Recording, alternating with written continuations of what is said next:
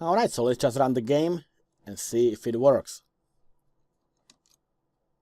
Alright, so our snake is moving. Let's eat some of the bonuses. And you can see that as the length increases, the score on top of the form increases as well.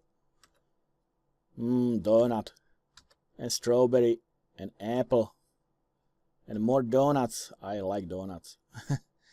Alright, so you can see that the length is indeed increasing each time we eat a bonus. So let's just check if I hit the wall, what's gonna happen. And the game is over when I hit the wall. So now let's just see what happens if I hit the snake's body. So let's make the snake a little bigger. And let's eat some more. And I'm going to hit the body now. And the game is over. So everything seems to be working correctly. Let me just run it one more time just to hit another wall. We hit the one on the top, so let's do one on the side. And yeah, the game is over.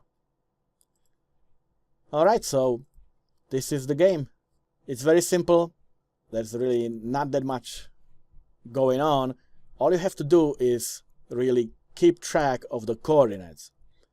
I guess the most confusing part would be the snake XY array, because it's an array of structures. The structure itself obviously has the X and Y coordinates, which might be a little confusing because it feels almost like an array on its own, so it seems like an array of an array. But if you just realize that the index, for example, the index 0, simply holds the whole structure, so it has access to X and to Y within the same index, then I'm sure you can figure out the actual position of the snakes, especially if you draw it on the piece of paper to help you visualize how the game proceeds, where the snake is, where the bonuses are, and how to add the pieces of the body to the snake, as well as how to change the directions, and with it, the coordinates themselves.